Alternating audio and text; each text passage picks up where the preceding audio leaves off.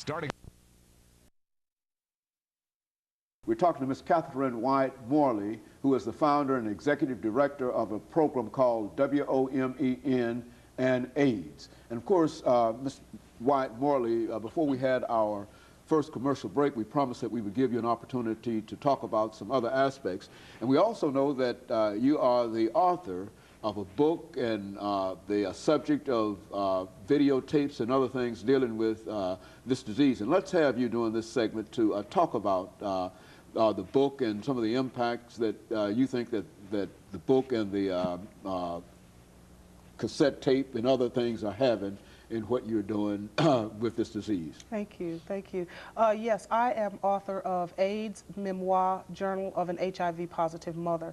And the way the book came to be is when I was first diagnosed, I was completely devastated, totally taken aback, as I said earlier. I began to write because in my mind, the only thing that I felt that I was going to be able to leave my children, again, my youngest was 9 years old, would be writings. So I wrote what I called letters to my children, and I wrote and wrote and wrote because I wanted my children to understand my morals, because I thought that I was going to die within 6 months. I thought that I was going to be dead and leave my children motherless. So I began to write. I wanted them to understand my morals. I wanted them to understand my principles, and moreover, I felt it extremely important that they understand life inside of HIV, what exactly it is to be inside of my skin, a person living with a disease.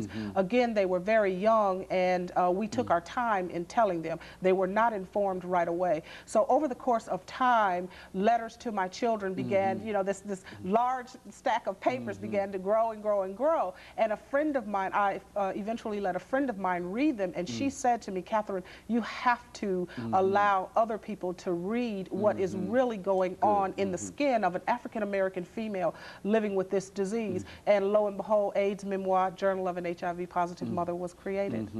And of course, you're having quite a bit of success, so we understand with that. Yes, a wonderful book. It is all over the world. As a matter of fact, Women on Maintaining Education and Nutrition is using it as one of its major primary things that we give as outreach material in the Nashville community. We give the book to individuals because we find that when we're out on the street doing outreach, of which we do a lot of outreach, in North Nashville and East Nashville and West Nashville. But when we're out in the street doing outreach, giving out pamphlets and giving out brochures and giving out information, the book itself has just been such a valuable tool. And people are very pleased in receiving a book for free. And not only that, they get to see an African-American female who is an author and who has authored a book and is willing to give it to them at no cost to them. And so it's making a tremendous impact, and I'm very, very proud of it.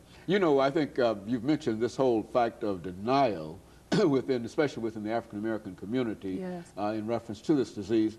Why don't you talk about that in terms of the impact that this disease is having upon the life of individuals? You know, we know oftentimes that persons will be very healthy and up and around, and then all of a sudden they simply disappear, and we never know exactly what happened to them, and then we get information in reference to the tremendous statistical information about this, and then we don't know, I mean,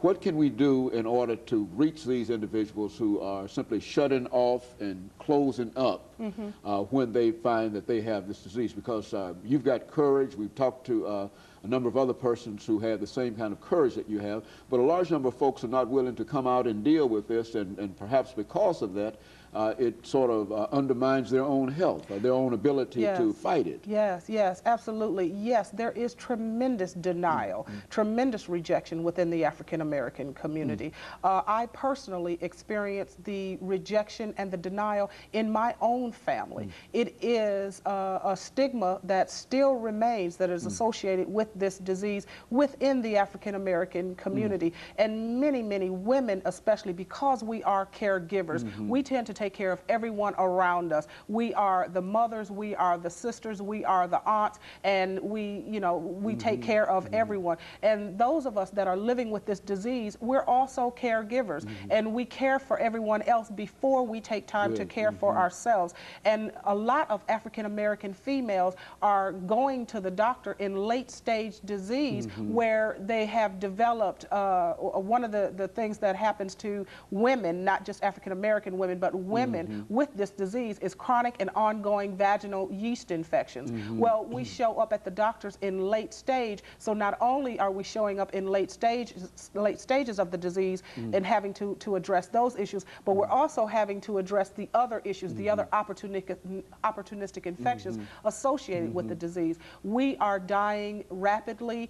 Make no mistake, the meds are out there, and I recommend the meds for any and all individuals that need them. I have fought in Washington, D.C., marched on Washington, D.C., and had dedicated 4.5 years of my life to the AIDS Clinical Trials Executive Committee in Washington, D.C., trying to fight for equal access to drugs and equal access for women to be a part of clinical trials. But the denial within the African American community is still there. The stigma is still there, and we as a people need to pull together. And when I say we as a people, I also mean people in the church. We need to pull together and infiltrate our churches and infiltrate the high schools and infiltrate these areas and start as a people discussing HIV and AIDS, because that is the way we stop the spread of this disease. That is exactly how we stop the spread of this disease. What you're saying is education. Absolutely. It's education. Absolutely. And if we as a people would educate ourselves, then we would dispel some of the myths. We would eliminate the stigma,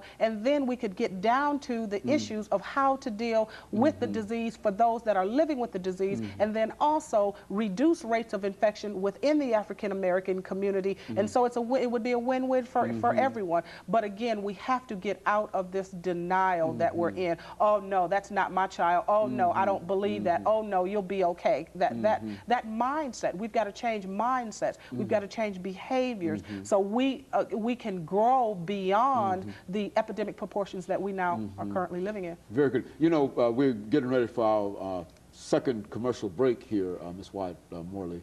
And when we come back, we want you to sort of summarize during the last segment that we have some of the things that you believe could assist you in the organization that you have in terms of reaching more people. Yes. Now, certainly we know that the book plays a very, very significant role, and as you've indicated that it's worldwide and being sold everywhere now and being given away everywhere now, but we know that it is not free in the sense that you might be giving it away, but you also need additional support. Yes. And so when we come back following this commercial break, we want you to deal with that. And we'll be back with our audience following this short commercial break.